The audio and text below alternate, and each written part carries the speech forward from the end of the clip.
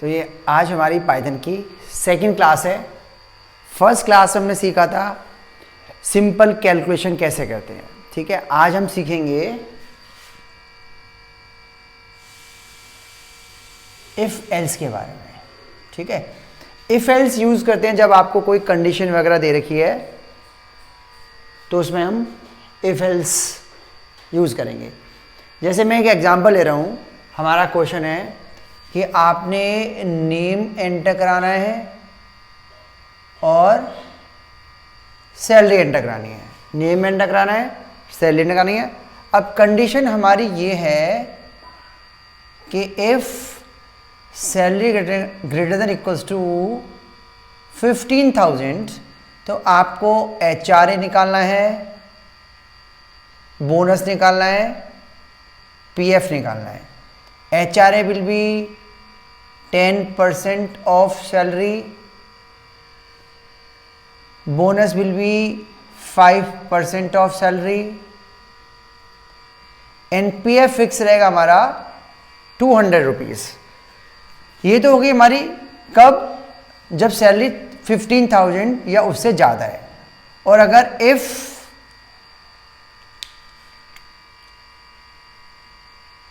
Salary less than 15,000 है तो आपने HRA निकालना है, बोनस निकालना है, PF निकालना है। HRA फिक्स रहेगा 200 rupees, bonus 250 rupees and PF will be 6% of salary and net salary will be, हमें नेट सैलरी का फॉर्मूला दे रखा होगा। नेट सैलरी आपको दोनों केस में निकालना है। Net salary will be salary plus HRA plus bonus minus PF। मैं क्वेश्चन पहले रिपीट कर रहा हूं, उसके बाद हम इसका प्रोग्राम बनाएंगे। आपको नेम एंटर कराना है, सैलरी एंटर करानी है। If salary greater than equals to 15,000 then HRA हमारा सैलरी का 10% होगा, bonus will be 5% salary, PF रहेगा 200 rupees. If salary less than 15,000 then HRA will be 200 rupees, bonus will be 250 rupees and PF will be 6% of salary and net salary will be salary plus HRA plus bonus minus PF। Question clear है? अब हम इसका programme बनाएंगे। सबसे पहले आपको क्या करना है, नेम एंटर कराना है। नेम क्या है हमारा, स्ट्रिंग। तो स्ट्रिंग के लिए हम direct n is equals to input enter name, ये हमने नेम एंटर आया। अब सैलरी न्यूमेरिक वैल्यू है तो s इज इक्वल्स टू, तो इसमें इंट लगाएंगे, इंट इनपुट एंटर सैलरी। आपने नेम एंटर करा दिया, सैलरी एंटर करा दी। अब क्या आएगा हमारी कंडीशन। कंडीशन के लिए हम क्या यूज करेंगे, इफ अब सैलरी के लिए मैंने S लिखा है, आपको S लिखना पड़ेगा। ये नहीं कि आपने यहाँ पे एंटर कराते टाइम तो वेरिएबल यूज किया S और कंडीशन में आप लिख रहे हो सैलरी।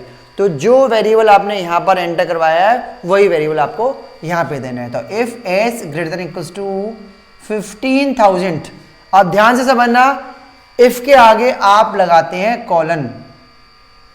जिसके इफ हो गया, एल्स हो गया, आगे जाके हम व्हाइल, फॉर, काफी चीजें जो करेंगे उन सब के आगे कॉलन आता है। सिंपल सा थंब रूल बता रहा हूं, जिसके भी आगे कॉलन आता है उसके बाद आपने नेक्स्ट लाइन में टैब यूज करना है। इंडेंटेशन का सारा गेम है पाइथन के अंदर। तो if salary greater to 15,000, if के आगे कॉलन आएगा। अब नेक्स्ट लाइन में अब आपने यहां जाके जब एंटर मारोगे, यहां आओगे, टैब यूज करोगे। थोड़ा सा आप नियर अबाउट 4 कैरेक्टर आगे जाके यहां पे लिखना। तो हमारे को HRA का फॉर्मूला क्या दे रखा है, H इज इक्वल्स टू कितना है, 10% ऑफ सैलरी। तो H is equals to S into 0.10 और बोनस के लिए वेरिएबल ले रहा हूं मैं B is equals to S into 0.05, 5% है तो 0.05। बहुत से स्टूडेंट्स क्या करते हैं, S इंटू 0.5 कर देते हैं तो वो 50% माना जाएगा। अगर 10 से कम है तो आपने 0 लगा के करना है, 0.5 and PF will be 200 rupees. PF के लिए वेरिएबल ले रहा हूं मैं P, तो P इज इक्वल्स टू कितना है हमारा 200। ये तो हो गया अगर सैलरी 15,000 या 15,000 के बराबर है तो HRA हो गया सैलरी का 10%, बोनस हो गया सैलरी का 5%, ये हमने 0.5 और ये 5 है हमारा है, और PF will be 200 rupees. Else if के जस्ट नीचे लिखना है एल्स, ठीक है ना, एल्स के आगे भी कॉलन आएगा। अब नेक्स्ट कहां पे लिखना है, कॉलन आ गया, नेक्स्ट लाइन में आपने टैब यूज करना है, यानी कि इसके नीचे, जैसे इफ के बाद आपने टैब दिया है ऐसे एल्स के बाद आप टैब देंगे। HRA का फॉर्मूला कितना है 200 rupees, HRA will be 200, bonus है हमारा 250, तो 250, PF है सैलरी का 6%, तो PF will be S into 0.06। अब आपको नेट सैलरी दोनों केस में निकालनी है, चाहे 15,000 से ज्यादा हो या कम हो, तो नेट सैलरी आपको दोनों केस में निकालनी है। जो चीज आपको दोनों केस में चाहिए, इफ के केस में भी एल्स के केस में भी, तो उसको आपने एल्स के नीचे लिखना है। क्लियर, एल्स के नीचे लिखना है। तो नेट सैलरी ले रहा हूं मैं, एन नहीं लिख सकता नेट सैलरी क्योंकि एन आप ऑलरेडी यूज कर चुके हैं, तो इसको मैं एनएस कर देता हूं। Net salary is equals to salary plus HRA plus bonus minus PF। जो जो आपने वेरिएबल के नाम लिखे हैं वही वेरिएबल लेना है। आपने HRA के लिए H लिखा है, बोनस के लिए B, PF के लिए P। अब आपको सैलरी HRA, बोनस, PF और नेट सैलरी डिस्प्ले करना है, तो हम यहां पे प्रिंट कराएंगे इसी के नीचे, print HRA is equals to H, capital match है तो कैपिटल मैच लिखना पड़ेगा, डबल कोट्स में जो लिखोगे वो H प्रिंट हो जाएगा, कॉमा के बाद आपने वेरिएबल का नाम जो आपको जिसकी वैल्यू आपको प्रिंट करनी है, फिर print bonus is equals to B, print PF is equals to P, and net से लिए NS है तो print net salary is equals to NS। हमने नेम एंटर कराया, सैलरी एंटर करा दी। इफ सैलरी इस कंडीशन को सेटिस्फाई करेगी तो HRA, बोनस, PF निकलेगा। अगर कंडीशन सेटिस्फाई नहीं करता है तो एल्स में चले जाएंगे, मतलब 15,000 या उससे ज्यादा है तो ये लगेगा, ये सेटिस्फाई नहीं करेगा तो एल्स में चले जाएंगे। HRA ये, बोनस ये, PF ये, और ये आपने एल्स के नीचे लिखा है, ये चाहे यहां पे जाए चाहे यहां पे जाए, ये चलेगा ही चलेगा। तो आपको नेट सैलरी कैलकुलेट करनी है, ये फिर आपने HRA, बोनस और PF और नेट सैलरी डिस्प्ले करा दी। एक सिंपल सा क्वेश्चन है। अभी इसके बाद मैं एक दो प्रोग्राम और ले रहा हूं, उससे आपके कॉन्सेप्ट और अच्छे क्लियर हो जाएंगे, ठीक है। तो नेक्स्ट क्वेश्चन है हमारा, आपने नेम एंटर करवाना है और 4 सब्जेक्ट के मार्क्स, हिंदी के, English, maths and science, total अपने आप आएगा। कैसे निकालेंगे, this plus this plus this plus this, percentage will be total divide by number of subject, अगर ये मार्क्स हमारे आउट ऑफ 100 है तो। अब कंडीशन हमारी ये है, ये हम पहले भी कर चुके हैं सिंपल कैलकुलेशन में, अब इसमें हमने कंडीशन डाल दी है कि if percentage greater than equals to 40 है तो मैसेज प्रिंट करना है यू आर पास, और if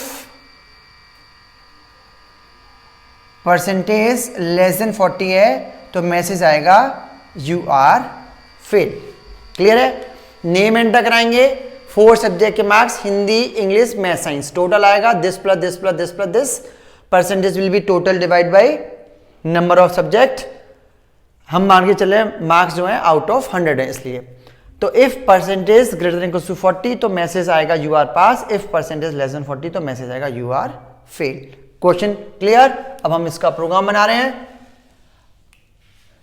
n is equals to, name enter कराएंगे हम, इंट नहीं आएगा, डायरेक्ट इनपुट यूज करेंगे क्योंकि स्ट्रिंग है, इनपुट एंटर नेम। अब 4 सब्जेक्ट के मार्क्स के लिए हमने H हिंदी के लिए ले लिया, int input enter Hindi marks, E is equals to int input enter English marks Hindi, English, maths and science.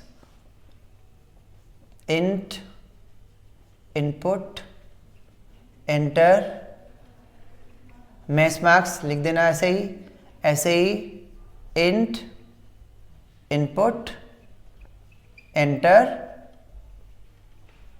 Science marks. अब टोटल के लिए फॉर्मूला क्या है, T equals to H plus E plus M plus S, ये हमारा total आ गया। Percentage के लिए क्या लिखेंगे, P equals to T divide by 4। अगर आपको डेसिबल में चाहिए तो टी फ्लोर डिवीजन 4 कर देंगे, ठीक है ना।